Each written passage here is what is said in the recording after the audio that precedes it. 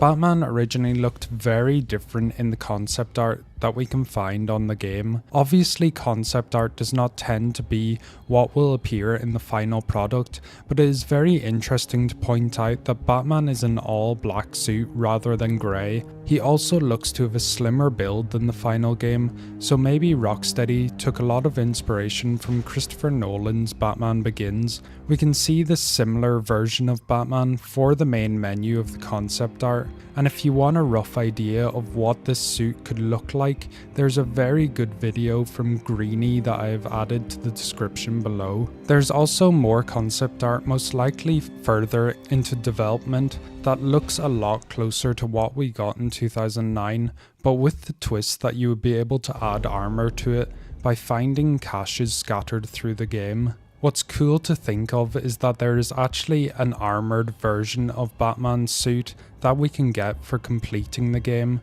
I'm interested to find out if this is what the final build of our suit would have been if they would have kept these caches. It is uncertain if this was going to be considered for Asylum Batman's final design, but honestly I love what we ended up getting, although Batman's face does look a lot older than he should really.